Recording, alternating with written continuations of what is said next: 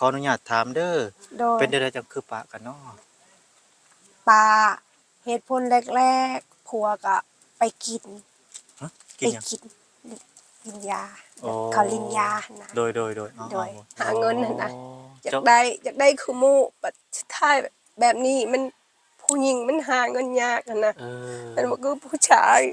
ก็จะหาเงินเก่งเจ้าก็ไปเจ้าเฮ็ดงานเจ้าคิดฮอดลูกเจ้าอยู่บ่คิดฮอด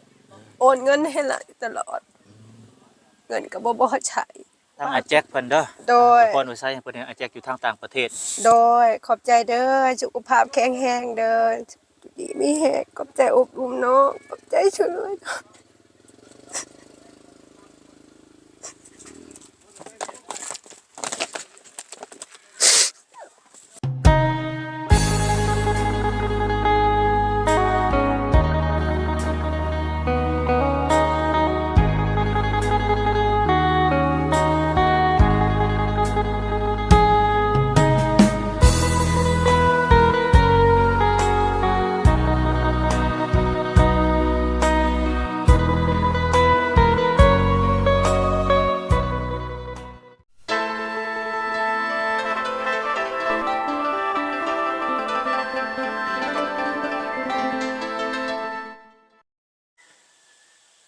น้องพี่น้อง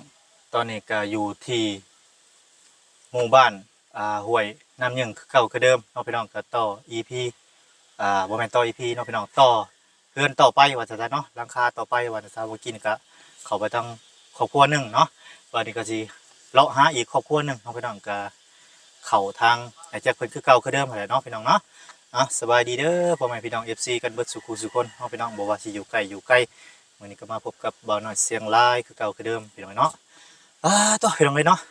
อากาศเริ่มร้อนขึ้นอีกแล้วพี่น้องเอ้ย2-3 มื้อคืนหลังนี่หนาวเมื่อคืนนี่ฝนตกทางบ้านพี่น้องเอ้ยเนาะ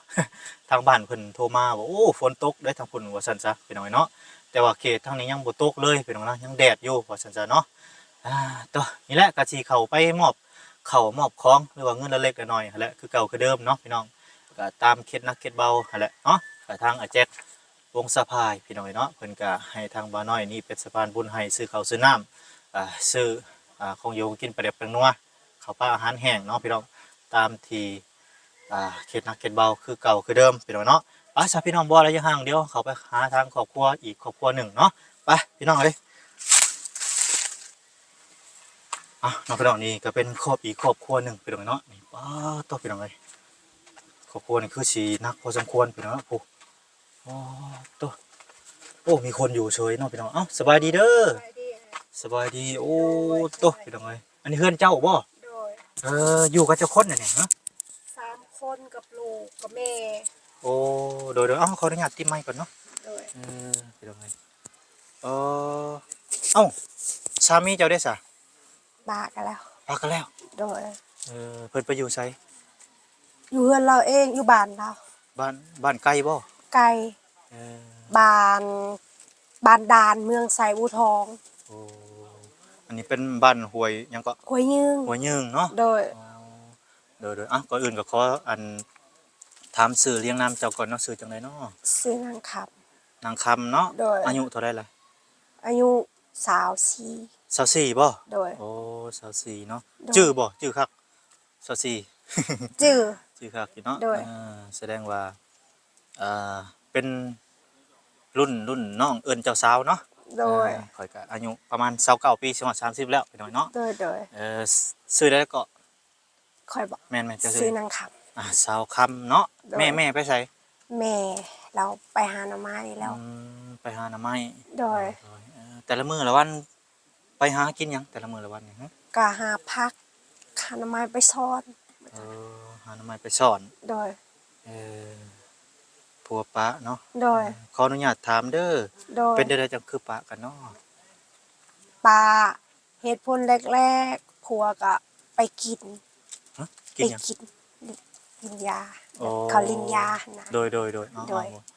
นี่แหละพี่น้องนะก็เรื่องสาเหตุที่เราเจ้าปะหรือว่าเพิ่นปะหรือจังได๋กับแสดงว่าปะนำกันปะนำกันโดยเฮาก็แบบบ่อยากอยู่นำลาวแล้วเฮาบ่ไหวเฮาอดบ่ได้หั่นนะอยู่พุ่นก็ยังเฮ็ดผู้เดียวอ้ายเมื่อพุ่นยังเฮ็ดอยู่บ่โดยแบบว่า พัวแบบบ่ใช้ใจหั่นนะแบบ พวก เฮา บ่ใส่ บอ ใจ ก เนาะ เราก็บ่ฟังมีแต่ไปกินไปลิ้นหั่นนะ อ๋อ ก็เลยแบบอยู่พุ่นกะบ่มีไผมีแต่ยาคนเดียวแล้วก็มีแต่ข่อยกับลาว2คนๆอืม 4คนแบบรวมทั้งลูกข่อยนำ โอ้ๆๆโดย เราแบบบ่ใช้ใจ คนแบบเคยมักไปกินไปลิ้นหั่นน่ะ อืมนั่นแหละเนาะ โดย ก็เลยอดบ่ได้ เคยผิดเถียงกันบ่ โดย สาเหตุที่ป้ากับผิดเถียงกันนี่แหละเนาะ โดย มันเป็นเรื่อง ใครแล้วเราบ่ตีแบบอิหยังเราใจหายหั่นน่ะ เราเคยตีอยู่บ่ซะ ยัง อ๋อบ่เคยตีเทื่อ โดย แต่ว่าจักละอยู่เฮิงๆหั่นน่ะ อ๋อ อยู่เฮิงๆไปหั่นน่ะ เพิ่นติดแต่ดนแล้วบ่เพิ่นติด โด แต่ ย ดน ติดแต่โดนเรามีลูกมีผมมีเมียคนหนึงเรา อ๋อ มีเมียก็เป็นพ่อหาร อ๋อ โดย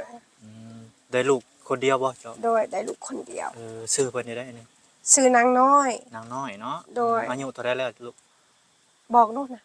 เจ้า บอก อายุ หายด้วย เท่าใดแล้ว8 ปีบ่แม่นบ่แม่แม่นบ่ทางแม่เท่าใด โดยแม่แบบ 8 ปีเนาะ โดย เขาโรงเรียนแล้วบ่ เขา เขาอยู่ไสนะ บอกลูกบอกอ้าว บอกได้บ้างได้ไหม บอกว่า เขาอยู่ไสบ้านใด เด็กไกล เพิ่นเว่าภาษาลาวบ่ได้เพราะ ๆกะมันเมื่อเฮิงแล้ว แต่ยังน้อยเบาภาษาลาวก็บ่ฮู้ตัวนี้มันก็เว้าได้อยู่แต่มันอ้ายมันบ่กล้าหั่นน่ะ เข้าใจแล้วโดย โดย บ่เป็นหยังบ่เป็นหยังให้แม่ โด เพิ่น ย เว้าแทนก็ได้เนาะ โดย อ่า ขนาดนำแม่ตัวเองก็ยังแบบบ่อยากเว้าปานใดหั่นน่ะ สงสัยเพิ่นเป็นโรคส่วนตัวสูงประมาณนี้ โดย อาจสิแม่นเนาะ โดย บ่เป็นหยังบ่เป็นหยังหน่อยเนาะ โดย อยู่กัน3คนเนาะ โดย แต่ละมื้อละวันก็ไปหากินหยังก็ไปหาหน่อไม้เนาะ โดย อืมไปหาหน่อไม้เป็นไงนอกจากหน่อไม้ไปหาหยังแถวนี้มีหยังไปหา การ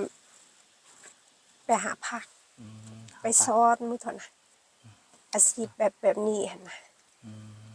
ไปตลาดก็มันแบบบ่มีเงินซื้ออีหยังหั่นน่ะก็เลยแบบหากินไปวันๆนี่แหละ อืม โดย อันนี้อยู่อันดินเจ้าเองบ่เป็นที่ดินเจ้าเองบ่ โดย อ๋อ ดินน้องเอง ดินเจ้าเองแล้วก็มีบ่มีไร่มีนาอยู่บ่ บ่มี มีสวนบ่มีสวน โดย เอาบัดเข้าได้ซะเฮ็ดได้ได เขาก็ซื้อเอา ซื้อเอาบ่ โดยซื้อแบบเป็นโลเอานะ หาหยังสามารถซื้อข้าวแต่ละมื้อหาเงินแบบใด ก็ค่า ขายหยัง ขายแบบผักหญ้านี่แล้วได้ชำาใดก็ซื้อเอาได้เช้าก็ซื้อเอาเช้าหั่นน่ะ เออแต่ละมื้อนี้ได้เท่าไรเงินประมาณเท่าไรหาซื้อข้าว บ่มี บ่มีเลยบ่ โดย อืมข้าวมื้อหนึงได้จักกิโลซะหามา ก็บ่ฮอดก็5โลบางเทื่อก็4โลกันเงินเฮาบ่พออีหลีเฮาก็ซื้อข้าวแบบข้าวสุกแล้วได้ อ๋อ ก็มา ข้าว คิ สุ ด กมา โด กิน ย เนาะอ๋อ โดย เนาะพี่น้องเราก็ขาดเสาหลักในเฮือนเนาะ โดย บ่มีผู้หาอยู่หากินให้เราว่าพื้น โดย ครัวก็คือพี่น้องเข้าใจหั่นแหละเนาะ โดย คือพี่น้องเขาก็มีแบบเขาก็บ่กุมเฮาดอกอายก็เบิ่งเฮือนอายลูกอายหลายเลี้ยงบ่กุมเฮาก็เลี้ยงเอง อ๋อ แม่กับลูก อ๋อญาติพี่น้องเพิ่นก็เคยมาอันเห็นอกเห็นใจอยู่บ่มีเงินมีคำปอนเงินอยู่บ่บ่เคยบ่ โดย บ่มี เป็นเลี้ยงเองคนเดียว ครัวก็คือว่าแหละเนาะเรา โด ก็ ย ไปทางนั้นเราก็ขาดเสาหลัก โดย แล้วก็บ่มีผู้หาอยู่หากินให้เนาะ โดย มีแต่แม่แหละพี่น้องเนาะ โดยแม่กับแบบแม่แบบคนแบบมันบ่เต็มนั่นน่ะแม่เฮานะคันแม่แบบเป็นคนดีเนี่ยก็ไข่แต่ว่า อืมแม่ก็เป็นอันนั้นผัวก็เป็นแนวนี้เนาะ โดย ก็เลยพี่น้องเลยเพพังเนาะเรื่องก็ได้ โดย เรื่องเราวเพพังน้องพี่น้องเลยเลี้ยงลูกคนเดียวเนาะ โดย อืม แต่แรกๆข่อยเลี้ยงประมาณจักปีนี่แหละข่อยก็ไปปะแล้วเนาะลาจากแต่เราแบบไปหาเงินนั่นน่ะ อ๋อ อยาก เจ้า ได้คือหมู่ปัดท้ายแบบนี้มันผู้หญิงมันหาเงินยากนั่นน่ะ เออ มันบ่คือผู้ชายก็จะหาเงินเก่ง อ๋อ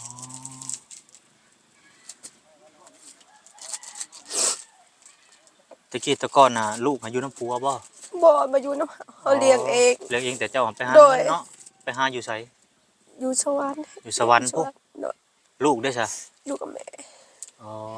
ลูกก็อยู่กับแม่เนาะ โดยแม่เฮาบอก ตะกี้เพิ่นอยู่จักปีตะกี้เพิ่นอายุจักปีตอนจะไปน่ะจะไปหาดนแล้วบ่เงิน ปีปลาย อ๋อปีกายเจ้าก็ไปเจ้าเฮ็ดงานเจ้าคิดฮอดลูกเจ้าอยู่บ่ กินฮอดโอนเงินให้หลานตลอด เงินก็บ่ใช้ ผักเองบ่อยู่ผู้หานแบบใดซื้อเองซื้อกินอยู่นํเพิ่น โดยกินน้ำลาวอยู่น้ำลาว แต่ว่าเงินบ่พอเดือนเท่าไหร่ เดือนละล้านหา โอ้ยเดือนละล้านห้า โดย สิ้นเดือนก็สิ้นเงินเนาะ โดย น้องพี่น้องเอ้ยเข้าใจแล้วพี่น้องเอ้ยหาเงินอยู่ยาก โดย แถวนี้แฮงยากเลยเนาะแถวบ้าน โดยแห่งหาเนี่ยแถวนี้ ไปอยู่พุ่นเจ้าเฮ็ดงานหยังขออนุญาตถาม เฉียดขายเครื่องกองบุตร โอ้ขายเครื่องกองบุญเนาะ โดย เพิ่นก็ใจดีอยู่บ่ใจดีอยู่ที่อยู่น้ำเพิ่น โดยใจดี เพิ่นให้กินอยู่น้ำเพิ่นเนาะ โดย ขนาดกินอยู่น้ำเพิ่นยังบ่กุ้มอยู่กุ้มกินเนาะเสือแล โดย ที่ว่าซื้อเองกินเองหั้นนะ โดย แฮงสิติดหนี้เลยข่อยว่า โด เนาะ ย บ้านก็จากผัวก็จากแม่ก็เป็นแนวนี้เนาะ โดย อีกอย่างก็เงินก็บ่มีเก็บ โดย แถมคิดฮอดลูกอีกเนาะไป โด หาย เงินอยู่ไกลว่าซั่นซะพี่น้องก็น่าสงสารเราอยู่เนาะพี่น้องทางจังได๋ล่ะพี่น้องเอ้ย โดย ก็มีแต่นี่แหละสู้ๆต่อไปเนาะ โดย เป็นกำลังใจให้ทางสาวเพิ่นเนาะพี่น้องเดี๋ยวข่อยก็สิมอบข้าวให้ทงหนึ่งเนาะแล้วก็เงินเล็กๆน้อยๆพอได้เจ้าซื้อไปได้เพิ่นเด้อสาวเด้อ โดยขอบใจเด้อ ข้าวนี่ก็เป็นข้าวทางไอ้แจ็คเพิ่นคือเก่าคือเดิมพี่น้องเนาะ โดยขอบใจเด้อ FC อุ้มดูน้องขอบใจละลาย เป็นข้าวทางไอ้แจ็คเพิ่นเด้อ โดย ก่อนไว้ใช้เพิ่นให้ไอ้แจ็คอยู่ทางต่างประเทศ โดยขอบใจเด้อสุขภาพแข็งแรงเด้อดีมีแฮกขอบใจอบอุ่มเนาะขอบใจช่วยเนาะ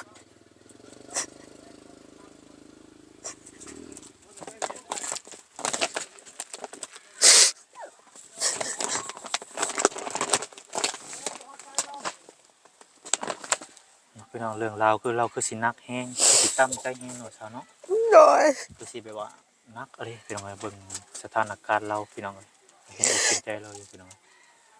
แบบว่าหนทางแบบตันคักตันแหน่นี่บ่ โดยเหลือใจตัวเองอะนะเหลือใจไปหาเงินมาอยากได้แบบหมูมันก็บ่มี โอ้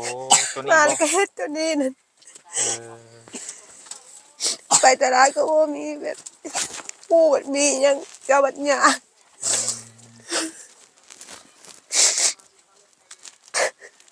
พี่น้องเอ้ยเห็นอกเห็นใจเราอยู่แล้วก็แบบ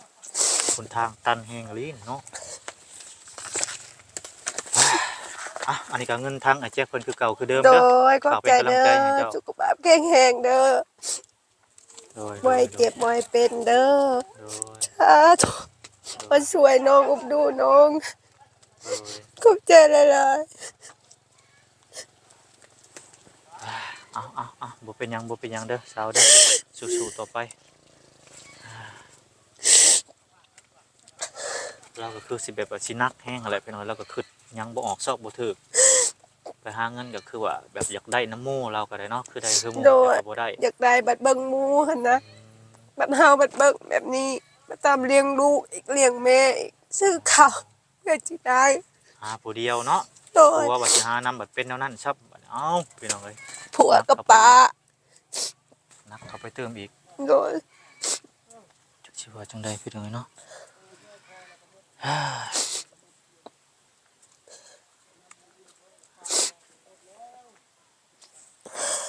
ค่อยหาค่อยสู่ไปเนาะ โดย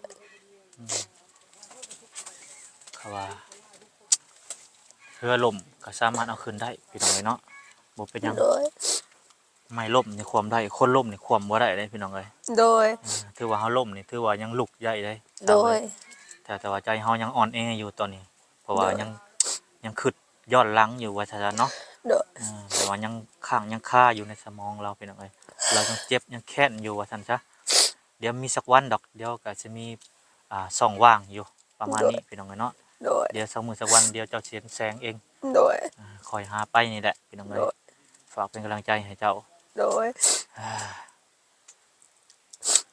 เอาซั่นซะทางข่อยก็สิขอตัวก่อนเด้อนี่เด้อ โดย ให้เจ้า ขอบใจ พักผ่อนซะ โดย โดยเดี๋ยว ครับ มื้อห แข็ น้าง มื้อ แร ใน งเด้อเดินทางปลอดภัย โดย ขอบใจ FC เนี่ยเด้ออบนุนเนาะขอบใจหลายๆเป็นขบพัดเด้อ โดยเดี๋ยวมื้อหน้ามื้อในมีโอกาสสิเข้ามาเยี่ยมมายามใหม่อีกเด้อสาวเด้อ โดย ไปก่อนบัดสบายดี โดยสบายดี โดยน้องพี่น้องก็เรื่องราวครอบครัวทางสาวคำเพิ่นก็สิประมาณนี้เนาะก็ถือว่านักสุดน้องพี่น้องคือว่านักในหมู่บ้านนี่แหละพี่น้องเอ้ยคือเฮือนซานบ้านซองแล้วก็คือที่พ่อแม่พี่น้องเห็นนั่นแหละเรื่องราวก็คือที่ได้ยินมาหั่นแหละเนาะผัวก็ติดยาแม่ก็แบบเป็นคนบ่เต็มเนี่ยแต่ก็เราก็สู้ชีวิตอีหลีพี่น้องเนาะทางแม่แล้วก็ทางลูกเราหั่นแหละก็คือไปหาอยู่หากินหาน้ำหมอกน้ำไม้มาขายซื้อข้าวซื้อน้ำเนาะก็คือเห็นนั่นแหละพี่น้องเอ้ยคือว่านักเติบเนาะพี่น้องเราก็ได้แล้วก็จนห้องจนไห้พี่น้องเนาะไห้ก็บ่แม่นสิว่าไห้น้อยพี่น้องเนาะไห้ตลอดเลยว่าจังซะแต่ไปสัมภาษณ์แต่ละบ่อนก็คือบ่ได้ไห้หลายปานนี้เนาะพี่น้องก็ถือว่าเพิ่นนี่คือสินักแฮงแหละคือสิอุกใจแฮงว่าซั่นซะเนาะพี่น้องเนาะแบบคิดยังบ่ออกซอกบ่ถูกแบบมันตันทางเนาะพี่น้องคิดเหลือใจตัวเองแล้วก็ว่าพี่น้องเนาะแปลว่าไปหาเงินหาคำอยู่ทางไกลก็คิดฮอดลูกคิดฮอดเต้าแค้นในใจเรื่องผัวนี่ก็สิประมาณนี้เนาะพี่น้องเนาะพี่น้องก็ถือครอบครัวใดก็คือสิคือกันนั่นแหละเนาะพี่น้องเนาะก็คือเห็นอกเห็นใจเพิ่นอยู่เอาซะเนาะพี่น้องถ้ามีโอกาสหน้าก็สิเข้ามาเยี่ยมมายามเพิ่นอยู่ก็สิเข้ามาเป็นกำลังใจให้ทางครอบครัวสาวคำเพิ่นอยู่เนาะพี่น้องเนาะสาวคำให้ห่างลูกหนึงว่าซั่นซะเนาะพี่น้องป้าซะพี่น้องพอๆกันอีกพี่น้าจะได้ก็จังได้ก็ขอขอบคุณขอบใจทาง FC ผู้ใหญ่ใจดีหรือว่าทางไอ้แจ็คเพิ่นอยู่ทางต่างประเทศไอ้แจ็ควงสะพายเพิ่นเนาะพี่น้องเพิ่นก็ให้ทางบ้านน้อยนี่เป็นสะพานบุญให้ซื้อข้าวซื้อน้ำมอบเงินเล็กๆน้อยๆแต่ละครอบครัวคิดหนักคิดเบาคือเก่าคือเดิมเนาะพี่น้องเนาะไปซะพี่น้องพอๆกันอีกพี่น้าสับอีพีนี้ขอกล่าวคำว่าสบายดีพี่น้องสบายดี